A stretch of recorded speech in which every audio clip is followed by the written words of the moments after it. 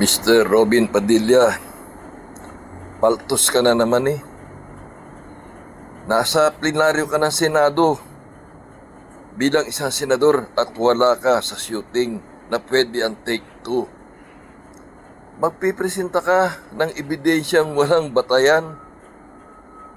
Matindi pa ang inakusahan mo. Isang Yusek Claire Castro. Dapat kapag dinadala mo sa Senado, ang iyong mga ebidensya ay dapat verified. Makakasuha ka pa ng wiretapping yan eh. Pambihira ka talaga, senador. Wala kang kaalam-alam. Ipinapahamak mo ang sarili mo at ginagawa mong kahiyahiyang Senado sa mga ginagawa mo. Magtrabaho ka ng ayos. Wala kang pinupuntirya kundi mga tao ng gobyerno at ipagtanggol ang iyong amo, ang mga Duterte. Anong klaseng senador ka? Umayos ka, Mr. Robin Padilla.